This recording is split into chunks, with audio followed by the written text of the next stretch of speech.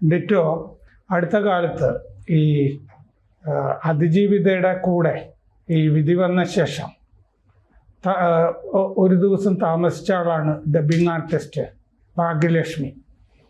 അപ്പോൾ ഭാഗ്യലക്ഷ്മി പക്ഷേ ഈ അതിജീവിതകളുടെയൊക്കെ കാര്യത്തിൽ ഒരു ഇരട്ടത്താപ്പ് കാണിക്കുന്നു. ഒരാൾക്ക് വേണ്ടി മാത്രമേ ഡബ് ചെയ്യുന്നുള്ളൂ എന്നൊക്കെ ആരോപണം കേട്ടു. കാരണം എന്താണെന്ന് വെച്ച് കഴിഞ്ഞാൽ വേടൻ എന്ന് പറഞ്ഞൊരു കഥാപാത്രമുണ്ട്. ഈ വേടൻ്റെ കാര്യത്തിലും അദ്ദേഹം പീഡിപ്പിച്ച ആളുകൾ അതിജീവിതകളും ഒക്കെ ഉണ്ട്.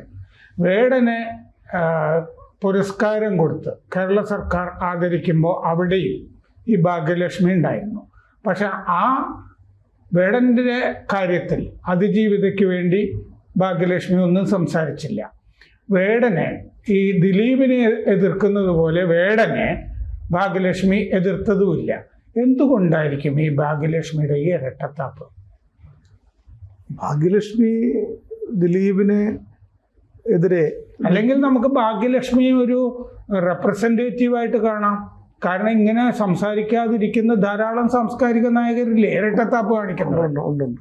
ഭാഗ്യലക്ഷ്മി ഒരു പൊതുബോധം സൃഷ്ടിക്കാൻ ശ്രമിക്കുന്ന ദിലീപിനെതിരെയും അതുപോലെയുള്ള അതിനെ പൊതുബോധം സൃഷ്ടിക്കാൻ ശ്രമിക്കുന്ന ഒരു സെക്ടേറിയനായ കുറച്ച് മാധ്യമങ്ങളും ഒരു ഗവൺമെൻറ്റും അതുപോലെയുള്ളൊരു ഫെമിനിസ്റ്റ് ഗ്രൂപ്പുകളും ഒക്കെ ചേർന്നെടുക്കുന്ന ഒരു പൊതുബോധമുണ്ട്. അതിൻ്റെ വക്താവായിട്ടാണ് ഭാഗ്യലക്ഷ്മി നിൽക്കുന്നത്.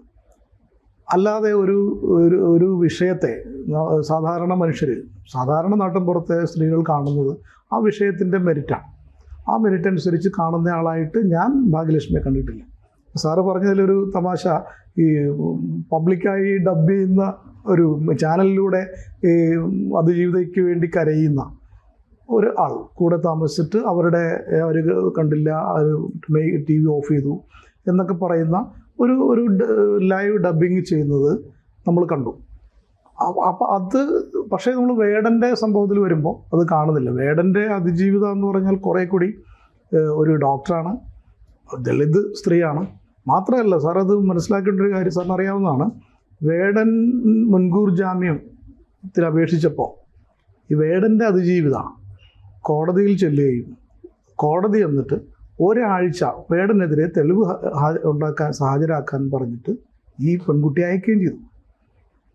ഒരാഴ്ച കഴിഞ്ഞിട്ട് ഇത്ര ദിവസം കൊടുത്തു തെളിവ് ഹാജരാക്കാൻ. എന്നാലോചിച്ച് നോക്കണം. നമ്മളതിനു മുമ്പ് അതിജീവിതമാരെ കൊണ്ടു നടന്നത്, ഇനി അവരുടെ അഡ്രസ്സോ ഫോണോ നമ്പരോ ഒക്കെ പോലീസ് തന്നെ പുറത്ത് വിടുകയും അവരുടെ ചാനലുകൾ അവരുടെ വീട്ടിൽ ചെന്ന് ശല്യം ഉണ്ടാക്കുകയും ഒക്കെ ചെയ്തത് നമുക്കറിയാം. അപ്പോൾ ആ അതിജീവിതയെ ഒരു ദളിത് പെൺകുട്ടിയായ അതിജീവിതയെ വേടൻ ഇത് ചെയ്യുകയും പീഡിപ്പിച്ചു എന്ന് പറയുകയും കോടതിയിൽ മുൻകൂർ ജാമ്യം വന്നപ്പോൾ കോടതിയെ നമ്മൾ കുറ്റം പറയല്ല, പക്ഷേ അതാണ് ഇവിടുത്തെ നീതി എന്ന് പറയുന്നത്. അതിനെയൊക്കെ ഒരു വാക്കുകൊണ്ട് പോലും പറയാൻ ഈ ഭാഗ്യലക്ഷ്മി കഴിഞ്ഞിട്ടില്ല. ഭാഗ്യലക്ഷ്മി വേറെ ആരുടെയും മേലെ മുമ്പ് കരിയോയിലൊക്കെ ഒഴിച്ചിട്ടില്ലേ? അതുപോലെ തന്നെ ഒരു ചാനലുകാരൻ ഭാഗ്യലക്ഷ്മിക്കെതിരെ ഒരു വാർത്ത കൊടുത്തതിൻ്റെ പേരിൽ അവിടെ ചെന്ന് കരിയോയിലൊഴിക്കുകയും അയാളെ ചീത്ത വിളിക്കുകയും അതൊക്കെ നമ്മൾ കാണുന്നുണ്ട്. അതൊക്കെ അവരുടെ പേഴ്സണൽ കാര്യങ്ങൾ. പക്ഷേ ഒരു പൊതു ഇടപെടൽ വരുമ്പോൾ ഈ ഒരാൾക്ക് വേണ്ടി മാത്രം അല്ലെങ്കിൽ ഒരു വിഷയത്തിൽ മാത്രം ഇടപെടുക, അല്ലെങ്കിൽ ഒരു ഗവൺമെൻറ്റും അതിൻ്റെ സംവിധാനങ്ങളും അതിൻ്റെ ഒരു ഭരണ സംവിധാനങ്ങളോട് ചേർന്ന് മാത്രം നിൽക്കുന്ന ഒരാളായിട്ടാണ്. ലക്ഷ്മി വലിയ ടാലൻ്റാണ്, വലിയ പ്രതിഭയാണ് അല്ലേ? എത്രയോ നടിമാരെ രക്ഷപ്പെടുത്തുകയും ശബ്ദം കൊടുത്ത് ശോഭനയ്ക്ക് വേണ്ടി വളരെ കാലം, പിന്നെ സ്വരഭേദങ്ങൾ എന്ന് പറഞ്ഞൊരു നല്ല പുസ്തകമൊക്കെ എഴുതിയിട്ടുള്ള ആളുമൊക്കെയാണ്. പക്ഷേ ഈ ഇരട്ടത്താപ്പിൻ്റെ ഒരു പ്രശ്നം അല്ല, ഇദ്ദേഹത്തിന് അവരുടെ ഇരട്ടത്താപ്പ് മറ്റൊന്നുകൊണ്ട് ഈ ദിലീപ് അറസ്റ്റ് ചെയ്യപ്പെട്ടതിന് ശേഷം ഇറങ്ങിയ സിനിമയാണ് രാമലീല. ഈ രാമലീലയിൽ ഇവർ ഡബ് ചെയ്തിട്ടുണ്ട്. അപ്പം അതിനൊന്നും ബുദ്ധിമുട്ടുണ്ടായില്ലല്ലോ. രാമലീലയിൽ ഭാഗ്യലക്ഷ്മി ചേച്ചി ഡബ് ചെയ്തിട്ടുണ്ട്. അപ്പോൾ ഇപ്പോഴും ഡബ്ബിങ്ങിന് ദിലീപ് വിളിച്ചാൽ അല്ലെങ്കിൽ എതിരാളികൾ ആര് വിളിച്ചാൽ ഡബ് ചെയ്യും. അത് ജോലിയാണ്. അപ്പോൾ ദിലീപിൻ്റെ ഏരിയയിൽ അല്ലെങ്കിൽ മറ്റൊരാൾ അവരുടെ ഇഷ്ടമുള്ള ആളെ, ഇപ്പോൾ അതിനുശേഷം അവർക്ക് 8 വർഷത്തിനിടയ്ക്ക് 2 സിനിമയെ കിട്ടിയുള്ളൂ എന്ന് പറഞ്ഞു. ഇവിടെ സിനിമയില്ലാത്ത എത്ര നടന്മാരെ ഞാൻ എനിക്ക് അതിൻ്റെ അകത്ത് ഞാൻ മുമ്പ് ഈ ഭാഗ്യലക്ഷ്മിയെ വിളിച്ചിട്ട് നോക്കേണ്ട എനിക്ക് തോന്നുന്നു അവർ കുറെ കാലമായിട്ട് ആ രംഗത്ത് നിന്ന് മാറി നിൽക്കുകയില്ലേ സ്വയം മാറി നിൽക്കുകയല്ല. പ്രായമാകുമ്പോൾ ഈ ചെറുപ്പക്കാർക്ക് കൊടുക്കുന്ന ശബ്ദങ്ങൾ കൊടുക്കാൻ പറ്റില്ലല്ലോ. വ്യത്യാസം വരും, ശബ്ദത്തിലുള്ള വ്യത്യാസം വന്നു. പക്ഷേ ഈ ഇടയ്ക്ക് ഒരു സിനിമയിൽ അവർ ഡബ് ചെയ്തിട്ടുണ്ട്. സിനിമയിൽ ഡബിങ് ചെയ്യുന്നുണ്ട് അതിനകത്ത്. പിന്നെ ഒരു സംഘടനാ പ്രവർത്തനം, ഇതുപോലുള്ള ആക്ടിവിസം, ഇതിലൊക്കെയാണ് പ്രവർത്തിക്കുന്നത്. ഇപ്പോൾ ഭാഗ്യലക്ഷ്മി ഒരു പൊതുരംഗത്ത് ഇടപെടുന്നതിൽ നമുക്ക് ആർക്കും ബുദ്ധിമുട്ടില്ല. കാരണം സ്ത്രീകൾക്ക് വേണ്ടി പ്രത്യേകിച്ച് ധൈര്യമുള്ള സ്ത്രീയാണ്, അവർക്ക് സ്വാധീനശേഷിയുണ്ട്, ഒരു വിഷയത്തിൽ ഇടപെട്ടാൽ കുറച്ചുകൂടി മാധ്യമ ശ്രദ്ധയും കിട്ടും. അപ്പം എന്തുകൊണ്ടാണ് വേടൻ്റെ അതിജീവിതയ്ക്ക് വേണ്ടി ഇവർ പറഞ്ഞാൽ എത്ര വലിയ മൈലേജ് കിട്ടും? ദിലീപിന്റെ കുടുംബത്തിൽ നന്നായിട്ട് കയറി പറ്റിയെന്ന് തോന്നുന്നു. കാരണം അവര് മഞ്ജു വാര്യർക്ക് വേണ്ടി നിലകൊള്ളുകയൊക്കെ ചെയ്തിരുന്നു. അതാണ് കാരണം അവരുടെയൊക്കെ ഒരു ഉപദേഷ്ടാവ് റോളിലും ഒക്കെ ഭാഗ്യലക്ഷ്മി ഉണ്ടായിരുന്നു എന്ന് തോന്നുന്നു. മഞ്ജുവിന്റെ അത് ഈ WCC ഒക്കെ വരുമ്പോൾ ഇവർ അതിൻ്റെ കൂടെ ഉള്ളതായിട്ടാണ്. അപ്പോൾ ഭാഗ്യലക്ഷ്മി അവര് ഫെഫ്കയിൽ നിന്ന് രാജിവെച്ചല്ലോ. ഉണ്ണികൃഷ്ണൻ എന്തോ ചീത്ത പറയേ. അതെ, ഫെഫ്കയിൽ നിന്ന് രാജിവെച്ചു. അത് ഫെഫ്കയിലെ ഒരു 19 അംഗസംഘടനകളുണ്ട് ഫെഫ്കയിൽ. ഏതാണ്ട് 5000-ഓളം അംഗങ്ങളുണ്ട്. ഇപ്പോൾ കുറച്ച് TV ചാനലിൽ അവരുകൂടി വരുമ്പോൾ കുറച്ചുകൂടി 10,000-ഓളം ആവും. അപ്പോൾ ഈ 5000-ൽ ഈ ഡബ്ബിംഗ് ആർട്ടിസ്റ്റ് യൂണിയൻ ഉണ്ട്. ഓരോ യൂണിയനുകളാണ്. Directors union, production controllers union, dubbing artist union, ഡിസൈനേഴ്സിൻ്റെ യൂണിയൻ, മേക്കപ്പ് യൂണിയൻ, അങ്ങനെ ഓരോ ഒരു 10-15 പേര് 20 പേരൊക്കെയുള്ള ഒരു കമ്മിറ്റി. അതാണ് അതിനകത്തിൻ്റെ ഒരു ഫെഡറേഷനാണ്, കോൺഫെഡറേഷനാണ് ഈ ഫെഫ്ക എന്ന് പറയുന്നത്. അപ്പോൾ ഇതിൻ്റെ അംഗസംഘടനയായ ഒരു അംഗസംഘടനയിൽ ഡബ്ബിംഗ് ആർട്ടിസ്റ്റ് യൂണിയൻ എന്ന് പറയുന്നത് ചെറിയൊരു സംഘടനയാണ്. ഇവർ തുടങ്ങുന്ന സമയത്ത് വളരെ കുറച്ച് പേരേ ഉള്ളൂ. ഇപ്പോൾ കുറച്ച് ആളുകളുണ്ട്. അതിലെ ഒരു ആളെന്ന നിലയിൽ, സീനിയറായ ഒരു ഡബ്ബിംഗ് ആർട്ടിസ്റ്റ് എന്ന നിലയിൽ നമ്മൾ സ്ത്രീകളെ ഉൾപ്പെടുത്തുമല്ലോ ജനറൽ കൗൺസിലിൽ. അങ്ങനെയാണ് ഈ ഫെഫ്കയിൽ ഭാരവാഹിത്വം കിട്ടുന്നത്. അപ്പോൾ അതിൽ നിന്ന് രാജിവെച്ചു എന്ന് പറയുന്നത്, അങ്ങനെയാണെങ്കിൽ എപ്പോഴൊക്കെ രാജിവെക്കണം? രാജിവെച്ചെന്തിനാണ്? ഇപ്പോൾ ഫെഫ്ക ദിലീപിന് ഈ ഫെഫ്കയിലോ ഇപ്പോൾ അംഗമല്ലാതിരുന്നുകൊണ്ട് യാതൊരു കുഴപ്പമില്ല. ഫെഫ്കയിൽ ദിലീപ് കൊണ്ട് അസിസ്റ്റന്റ് ഡയറക്ടറായിട്ട് വർക്ക് ചെയ്തതിൻ്റെ ഭാഗമായിട്ടുള്ളതാണ് ഫെഫ്കയിലെ മെമ്പർഷിപ്പ്. അതുപോലെ അമ്മയിലെ മെമ്പർഷിപ്പ് സിനിമയിലെ. ഈ അമ്മയിലെ മെമ്പർഷിപ്പ് ഇല്ലാതെയാണല്ലോ ദിലീപ് ഇത്രയും കാലം ജീവിച്ചത്. അതിനുശേഷം ദിലീപ് സിനിമകൾ ചെയ്തല്ലോ. ഇവിടെ ആർക്കും നിലനിൽക്കാനായിട്ട് ഇപ്പോൾ സംഘടനയിലെ അംഗമല്ലെങ്കിലും നിലനിൽക്കാം. വിനയൻ സാറ് നിൽക്കുന്നില്ലേ? അല്ലെങ്കിൽ എത്രയോ ഡയറക്ടേഴ്സ്, എത്രയോ ആളുകൾ ഒരു സംഘടനയിലും ഇല്ലാതെ, അംഗത്വം ഇല്ലാതെ സിനിമ ചെയ്യാം. അവരൊന്നും ഒരു പ്രശ്നമല്ല. അപ്പം ഇത് ഒരു പ്രൈവറ്റ് സംഘടനയിൽ നിന്ന് അംഗത്വം ഉപേക്ഷിച്ചെങ്കിൽ അതൊരു പ്രതിരോധ പ്രവൃത്തി എന്ന നിലയിൽ അതൊരു വാർത്തയാണ്. ഭാഗ്യലക്ഷ്മി ചെയ്യുമ്പോൾ ഒരു വാർത്തയാണ്. വേറെ ഒരു അസിസ്റ്റന്റ് ഡയറക്ടർ ചെയ്താൽ വാർത്തയല്ല. അപ്പം ഈ വാർത്ത നമുക്ക് ഇഷ്ടമാണ്.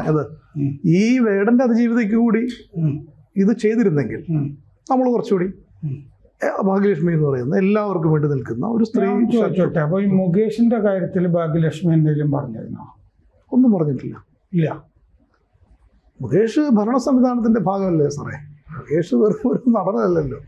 മുകേഷിന്റെ ഭരണ സംവിധാനത്തിന്റെ കൂടെ നിൽക്കുന്ന ആളെ കുറിച്ച് പറയാൻ ഭാഗ്യലക്ഷ്മിക്ക് സാധിക്കില്ല. സാധിക്കാത്തത് നിലനിൽപ്പാണല്ലോ ഓരോരുത്തരുടെയും കാര്യം. അത് എന്താണ്? അങ്ങനെയാണെങ്കിൽ ഒരു അതിജീവിതയ്ക്കിടെ കൂടെ മാത്രം നിൽക്കുക എന്നുള്ളത് ഈ സിനിമയിൽ നടിമാരുടെ ഒക്കെ സെലക്റ്റീവ് ആണെന്ന് കൊണ്ട് പറയില്ലേ? ഇതിലും അങ്ങനത്തെ സെലക്ഷൻ ഉണ്ടോ? അല്ല, ഈ സെലക്ഷൻ അത് ആ രംഗത്ത് നിൽക്കുമ്പോൾ അവരുടെ നിലനിൽപ്പായിരിക്കാം അതിൻ്റെ കാരണം.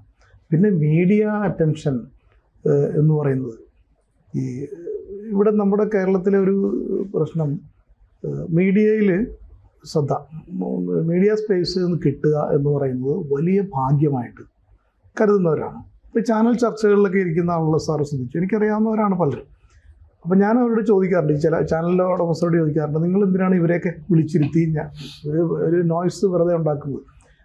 അപ്പോൾ പറഞ്ഞു അവരെ സംബന്ധിച്ച് ഇപ്പോൾ ദിലീപിനെതിരെ അല്ലെങ്കിൽ ഒരു വിഷയത്തിനെതിരെ സംസാരിക്കാനായിട്ട് സ്ഥിരം ചില ആളുകളുണ്ട്.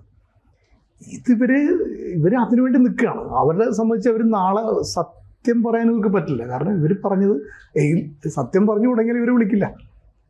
ഭാഗ്യലക്ഷ്മിയെ ഈ ചാനലുകാർ വിളിക്കുന്നതിൻ്റെ കാരണം മീഡിയ അറ്റൻഷൻ കിട്ടുന്നത് ഈ ദിലീപിനെതിരെ നിൽക്കുന്നതുകൊണ്ടും ചില അതിജീവിതകൾക്ക് വേണ്ടിയും ഭരണകൂട സംവിധാനത്തിൻ്റെ ഒപ്പം നിൽക്കുന്നതുകൊണ്ടാണ് ഈ മീഡിയ വിളിക്കുന്നത്. ചില ആളുകൾക്ക് ചില പർപ്പസ് ഉണ്ട്. ഇപ്പൊ രാഹുൽ ഈശ്വറിനെ ഇന്ന പീഡകന്മാർക്ക് വേണ്ടി സംവരണം ചെയ്തിരിക്കുന്നു വിളിക്കുന്നു, അയാൾ പോയിരിക്കുന്നു. ഇനി അയാൾ ഇടയ്ക്ക് സത്യം പറയും. എനിക്ക് അയാളുടെ ഞാൻ കേൾക്കാറുണ്ട്, ഇടയ്ക്ക് ഇങ്ങനെ കേട്ടുപോകുമ്പോൾ ഇയാൾ ചിലതൊക്കെ സത്യം വിളിച്ചു പറയും. പക്ഷെ ഇയാൾ ആ പറയുന്ന 100 ഇതുപോലെയുള്ള ഈ ഇതായ കാര്യങ്ങളുടെ ഇടയ്ക്ക് എന്തും നിന്ന് പോകും. അപ്പോൾ ഇയാൾ സത്യം പറയാൻ ശ്രമിച്ചു. അപ്പോൾ ഭാഗ്യലക്ഷ്മിയെ സംബന്ധിച്ച് വളരെ കൃത്യമായിട്ട് സാമാന്യമായ ബുദ്ധിയുള്ളതുകൊണ്ട് ഈ സത്യം എവിടെ പറയണം, എങ്ങനെ പറയണം, അല്ലെങ്കിൽ ആർക്ക് വേണ്ടി പറയുന്ന സത്യം പറയണം എന്നൊക്കെ നന്നായിട്ട് അറിയാം. രാഹുൽ ഈശ്വറില്ല, അതെവിടെയോ അത് മറ്റേ കട്ട് ചെയ്ത് പോയിരിക്കുകയാണ്. ഇതങ്ങനെയല്ല, ഇത് കുറച്ചുകൂടി എന്താ. അപ്പോൾ എന്ന് ഭാഗ്യലക്ഷ്മി സത്യം പറഞ്ഞു തുടങ്ങുന്നുവോ അന്ന് ഈ മീഡിയ അറ്റൻഷൻ ഇല്ലാതെയാകും. അതാണ് ഭയക്കുന്നത്. അത് ആ ജീവിതം. അതായത് ഈ ഭാഗ്യലക്ഷ്മി എടുത്തിരിക്കുന്നത് ഇപ്പോൾ ഡിറ്റോ പറഞ്ഞപ്പോൾ എനിക്ക് തോന്നിയത് പൊളിറ്റിക്കലി കറക്റ്റായ പൊസിഷനാണ് അവരെടുത്തിരിക്കുന്നത്. പൊളിറ്റിക്കൽ കറക്റ്റ്നെസ് നോക്കുന്നു. അല്ല, അവരുടെ പൊളിറ്റിക്കൽ സേഫ് പൊളിറ്റിക്കൽ ഇതിനാണ് ഈ പൊളിറ്റിക്കൽ.